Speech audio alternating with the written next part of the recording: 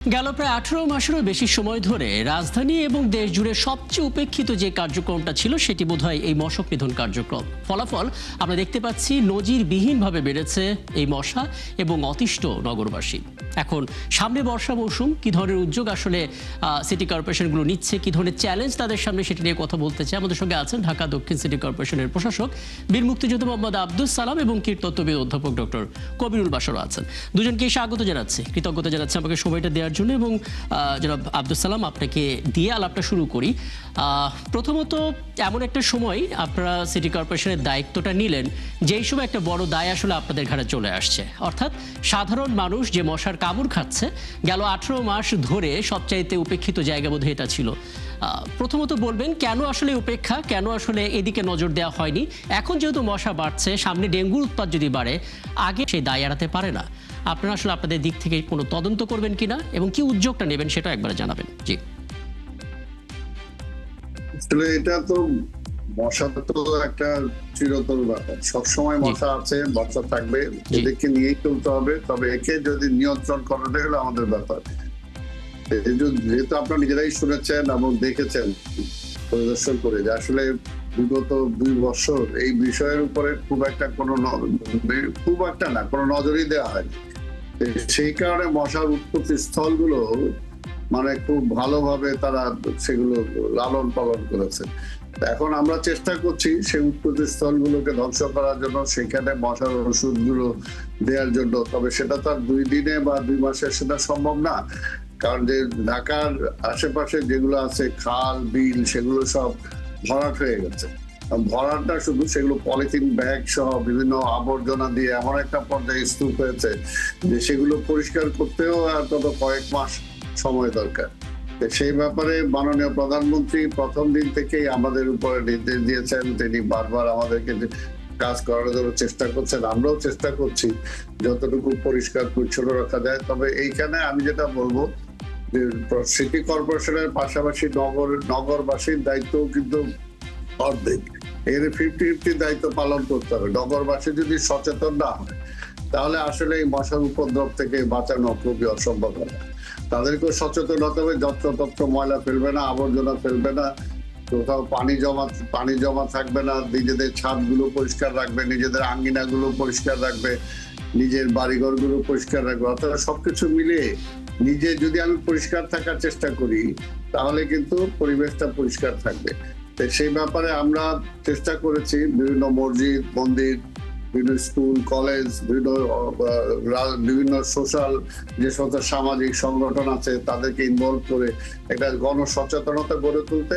পাশাপাশি আমরা এই অল্প সময়ের মধ্যে যতটুকু সম্ভব ততটুকু যাতে সেই মশক নিধন কাজে আমাদের কাজটা আমরা করতে পারি সেটার জন্য আমরা যথার্থভাবে আমরা চেষ্টা করে যাচ্ছি। আপনারা জানেন যে গত সপ্তাহের আগেই আমরা একটা ক্র্যাশ প্রোগ্রাম ডিক্লেয়ার করেছি এবং সিটি কর্পোরেশনের প্রায় 10টি ওয়ার্ড আছে যেখানে আসলে মানে একটু সিরিয়াস, সেখানে আমরা একটু বেশি সময় দেওয়ার জন্য চেষ্টা করছি। কিছু আছে মধ্যম, অর্থাৎ সবগুলোকে কোথায় কি হতে পারে না হতে পারে এটা আমরা একটা নিজেরা বের করেছি এবং সেটার জন্য আমরা চেষ্টা করছি এখন কতটুকু কি করা যায়। আমি এটা নিয়ে আরেকটু পরে আপনার কাছে আসবো এবং জানার চেষ্টা করব অর্থ নিয়ে, বাজেট নিয়ে। কারণ আপনি 2 দিন আগে যখন গণমাধ্যমে কথা বলছিলেন, বেশ কয়েকদিন আগে দায়িত্ব নেওয়ার পরপরই, তখন আসলে বলছিলেন যে সিটি কর্পোরেশনের জন্য যে বরাদ্দ থাকার কথা সেটা প্রায় শূন্যের কোঠায় চলে গিয়েছিল। কাজে সেই জায়গা থেকে এই চ্যালেঞ্জগুলো কিভাবে মোকাবেলা করবে একটু জানার চেষ্টা করব। তবে এই ফাঁকে ডক্টর কবিরুল বাশার আপনার কাছে আসতে চাই। এখনকার আগের সময়েও, অর্থাৎ বিগত সরকারের সময়েও আপনি আসলে এই মশক নিধন কার্যক্রম সরাসরি দেখেছেন, নানামুখী পরামর্শ দিয়েছেন এবং আমরা দেখেছি নানা সময় আমরা যে ওষুধ ব্যবহার করা হয়, নিম্নমানের ওষুধ, মেয়াদোত্তীর্ণ ওষুধ এবং কাজ না করারও অভিযোগ ছিল। এবং এখন মাঝখানে একটা বড় সময় আমরা পেরিয়ে এলাম 18 মাস এবং সেখানে আমরা এই জায়গাটাতে তেমন কোনো কাজ করতে দেখিনি।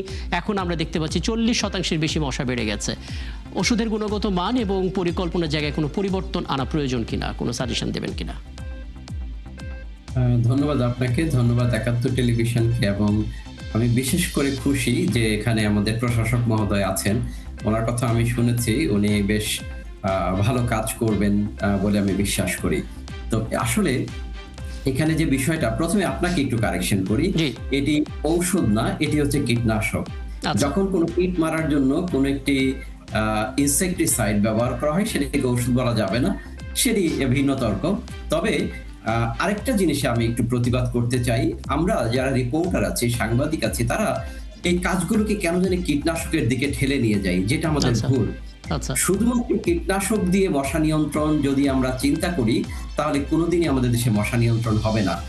যে কারণে হয় না, আমরা মশা নিয়ন্ত্রণটা করতে হবে ইন্টিগ্রেটেড মসকিটো ম্যানেজমেন্ট। প্রথম কথা যে আমাদের প্রশাসক মহোদয় বলছিলেন, ড্রেন বা নর্দমা পচা পানির লাইনগুলোকে আমাদেরকে ক্লিয়ার করে দিতে হবে। ক্লিয়ার করে দিলেই কিন্তু এনভায়রনমেন্টাল ম্যানেজমেন্ট এটা সহজ উপায়ে ইনসেকটিসাইড ছাড়া, কীটনাশক ছাড়া মশাটা নিয়ন্ত্রণ হয়ে যাবে।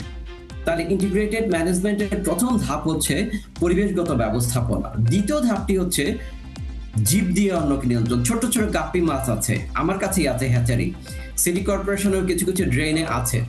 এই গাপ্পি মাছগুলোর হ্যাচারি করে আমরা মেয়র প্রশাসক মহোদয় যদি গাপ্পি মাছগুলোকে ছেড়ে দেন, ন্যাচারালি এটি মশা লার্ভাকে খাবে, পরিবেশটাও ভালো থাকবে। 3 নাম্বার জায়গায় পরে হচ্ছে কীটনাশক। যখন আমাদের এনভায়রনমেন্টাল ম্যানেজমেন্ট সম্ভব হয় না, কীটনাশক দিয়ে আমাদের প্রয়োজন পড়ে যায়, আমরা অন্য মাছ দিয়ে, ছোট মাছ দিয়ে, গাপ্পি মাছ দিয়ে আমরা কন্ট্রোল করতে পারি না, তখন আমার কীটনাশক প্রয়োজন।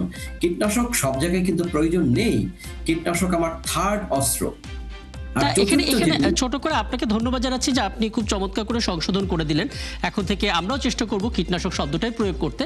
কিন্তু আমরা কেন কীটনাশকের কথা বারবার বলি, কারণ এনভায়রনমেন্টাল ম্যানেজমেন্টও আমরা খুব একটা দেখিনি। গাপ্পি মাছের খুব যে সুফল মিলেছে সে খবরটাও আমরা খুব একটা পাইনি বিগত সময়গুলোতে, যে কারণে বারবার ক্র্যাশ প্রোগ্রামের কথা শুনে থাকি। জি, এখানে শুনেন, গাপ্পি মাছের ফল আপনি কিভাবে পাবেন? আপনি একটা জায়গায় গাপ্পি মাছ ছেড়েছেন, তারপরে আপনার কর্মী গিয়ে সেই গাপ্পি মাছের উপরে মানে টেবিফস ইনসেক্টিসাইড স্প্রে করে দিয়ে আসলো, গাপ্পি মাছগুলো মারা গেল। আপনার ফল না হওয়ার পেছনে কিন্তু অনেক রকম চক্রান্ত কাজ করে। সেই চক্রান্তের দিকে এখন যাব না, সেটি অবশ্যই বায়োলজিক্যাল কন্ট্রোল কাজ করবে। হ্যাঁ, সেটা কাজ না করার কোনো সুযোগ নেই।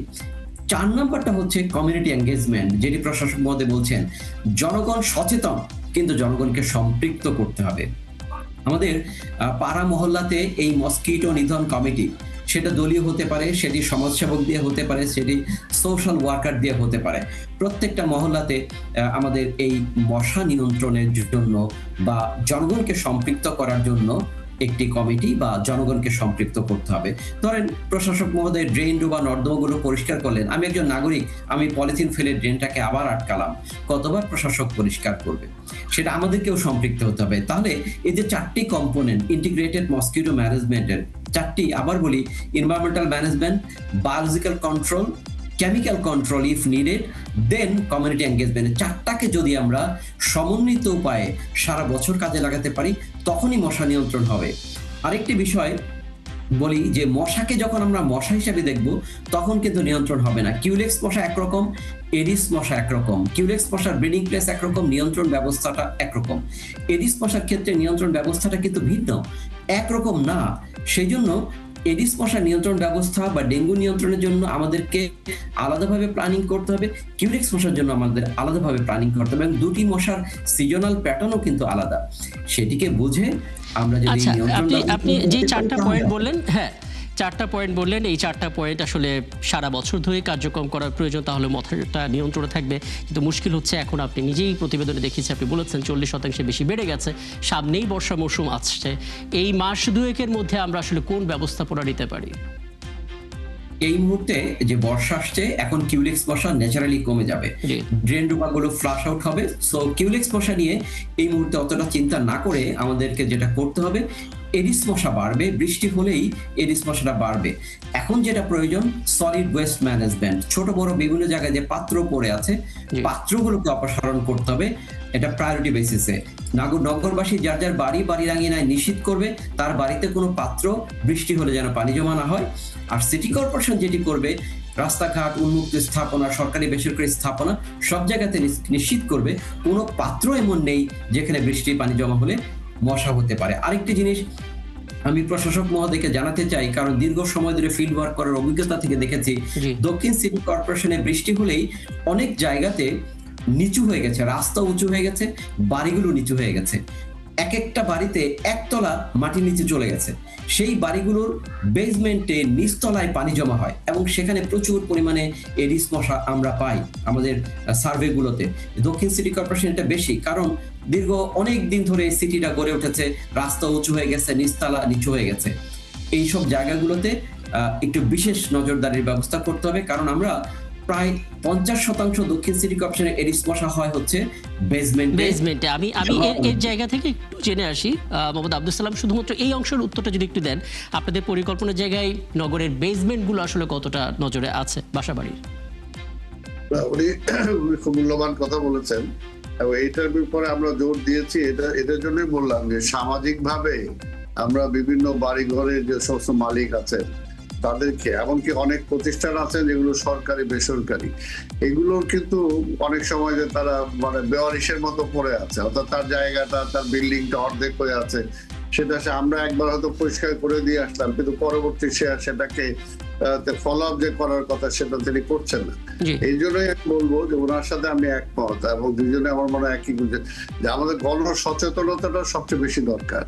আমরা যদি সবাই জনগণ যদি সচেতন হই যে আজকে মশার উপদ্রব থেকে আমাকে বাঁচতে হবে, আমার আঙ্গিনা আমার পরিষ্কার রাখতে হবে, আমার ছাদ আমার পরিষ্কার ঠিক আছে জনাব আব্দুল সালাম, আমরা যেভাবে এই খবরগুলো প্রচার করছি, যেভাবে আপনারা যুক্ত হচ্ছেন, মানুষ তার জায়গা থেকে নিশ্চয়ই সচেতন হবে, কিন্তু মুশকিল হচ্ছে মশা তো বেড়ে গেছে। সেই জায়গা থেকে যে পরিকল্পনা নেবেন এবং তার জন্য যে বাজেট, সেটা আসলে কিভাবে আসবে, বা সেটা আছে কিনা, বা সেটা চ্যালেঞ্জ হয়ে দাঁড়াবে কিনা? না, এখানে মেইন জিনিসটাই হয়তো কিন্তু ক্লিনিং, এখানে পরিষ্কার করাটা কিন্তু মেইন ব্যাপার। যদি আমি পরিষ্কার রাখি তাহলে কিন্তু এখানে মশার জন্ম হওয়ার মানে সুযোগটা থাকে না। কাজে এইটা তো দায়িত্বটা জনগণ এবং সিটি কর্পোরেশনের বোধ। আমরা যদি যৌথভাবে এটা পালন করি তাহলে তো সেটা হবে না। আমি এই কথাটাই বোঝাতে চাচ্ছি। আর একটা বিষয়, অনেকেই প্রশ্নটা আমাদের করেন, আমরা যখন মশার সংখ্যা বাড়িয়ে আমরা বলি যে করাইল বস্তি সহ বিভিন্ন বস্তি এলাকা, ক্যাম্প এলাকার কথা আমরা ইন্ডিকেট করি, কিন্তু অভিজাত এলাকায় যেই জায়গাটিতে আমরা আশপাশে দেখি, গুলশান বলুন, বাড়িধারা বলুন, বনানী বলুন, এখানেও কিন্তু মশার উপদ্রব অনেক বেশি এবং এখানে কিন্তু আসলে ওইভাবে পরিত্যক্ত পানির জায়গাটাকে থাকে না। সাধারণ মানুষও তাদের জায়গা থেকে বেশ সচেতন। এগুলোর কারণ কি খোঁজা গেছে? না, এটা আপনি হয়তো সাদা চোখে দেখতেছেন, কিন্তু আপনি দেখবেন যে বিভিন্ন বাড়িতে অনেক বাড়ি ঘর এরকম আছে, অনেক বাড়ি ঘর পরিত্যক্ত আছে, অনেক প্লট পরিত্যক্ত আছে। হয়তো এখানে 50টা প্লট আছে, তার মধ্যে একটা প্লট হয়তো পরিত্যক্ত আছে, সেখানে কিন্তু সেটার জন্ম হচ্ছে। অর্থাৎ সেটা আমি বলতেছি এটা যে আশেপাশের জনগণ যারা বসবাস করে তাদেরও এই ব্যাপারে সজাগ হতে হবে এবং সিটি কর্পোরেশনও এই জায়গায় দায়িত্বটা 100% পালন করতে হবে। অর্থাৎ আমি যেটা বলতে চাই যে আমি দায়িত্ব নেওয়ার পরে অন্তত পরিষ্কার দুইটা ব্যাপারে আমরা ক্র্যাশ প্রোগ্রাম দিয়েছি, যে পরিষ্কার পরিচ্ছন্নতার ব্যাপারে কোনো আপোষ নাই, এটা আমাকে 100% ক্লিনিং টাকে আমাকে কনফার্ম করতে হবে। আর যে সমস্ত জায়গাতে উৎপত্তি স্থলগুলো আছে সেই উৎপত্তি স্থলগুলোকে আমাকে ক্লিনিং করতে হবে, পানিটা বের করে দিতে হবে বা পানির প্রবাহটা বাড়াতে হবে। আরেকটা বিষয় যুক্ত করে দেবেন, মানে ডক্টর কবির বাশার চতুর্থ পয়েন্ট বলেছিলেন কমিউনিটি এঙ্গেজমেন্ট, সাধারণ মানুষকে সম্পৃক্ত করা। সেটা আসলে কিভাবে করবেন? ধরুন আমি যদি দেখি কোনো একটা জায়গায় মশার লার্ভা রয়েছে, আমি কি এমন কোনো হটলাইন পেতে পারি যেখানে আমি সিটি কর্পোরেশন কর্তৃপক্ষ বা কারোর সঙ্গে যোগাযোগ করে বলতে পারি অমুক জায়গায় সমস্যা রয়েছে বা লার্ভা রয়েছে মশার? এটা ভালো, এটা পরিষ্কার হওয়া দরকার। সিটি কর্পোরেশন হটলাইন আছে, ওনারা জানাতে পারেন। এবং সবচেয়ে বড় কথা হলো যে মাননীয় প্রধানমন্ত্রী উনি দায়িত্ব নেওয়ার পর থেকে প্রতি সপ্তাহে আমাদের সাথে বসছেন এটার আপডেট জানার জন্য।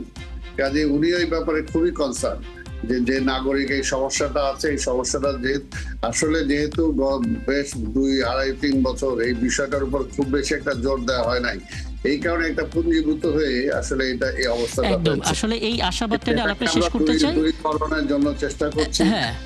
মাননীয় প্রধানমন্ত্রীও আরো চেষ্টা করছেন কিভাবে আধুনিক বর্জ্য ব্যবস্থাটা ক্লিনিং এর ব্যাপারে আমরা আনতে পারি এবং এই ব্যাপারে আমাদের স্থানীয় যে সমস্ত প্রযুক্তিবিদ যারা আছে, আমাদের ইঞ্জিনিয়ার যারা আছে তাদের সাথে কনসাল্ট করে করতে পারি। আর সেই মশার ব্যাপার, ক্লিনিং এর ব্যাপার আরো সব সহ আমি চেষ্টা করব যে আমাদের যে সমস্ত এক্সপার্ট যারা আছেন ওদের সাথে ক্রস পিপলের সাথে আমরা বসবো, একদম। বসে এই বিষয়টা যাতে আমরা আরো আপনার একটু আপনার আপনার এই- সমাধানে যেতে পারি। এই কমিটমেন্ট নিয়ে, এই প্রত্যাশা নিয়ে আলাপটা শেষ করছি এবং নিশ্চয়ই সামনের আয়োজনে আরো বিস্তারিত জানার চেষ্টা করব যে কতটুকু মশক নিধন কার্যক্রম হচ্ছে এবং তার কি ফলাফল পাওয়া যাচ্ছে। কারণ সাধারণ মানুষের কাছ থেকে আসলে সচেতনতার জায়গা যেমন প্রয়োজন, আপনাদের দিক থেকে আসলে ব্যাখ্যাটা যেন আমাদের জন্য প্রয়োজন। অনেক ধন্যবাদ, কৃতজ্ঞতা আমাকে সময়টা দেওয়ার জন্য। ছিলেন আমাদের সঙ্গে দক্ষিণ সিটি কর্পোরেশনের প্রশাসক বীর মুক্তিযোদ্ধা মোহাম্মদ আব্দুল সালাম এবং কীটতত্ত্ববিদ অধ্যাপক ডক্টর কবিরুল বাশার আমাদের সঙ্গে ছিলেন।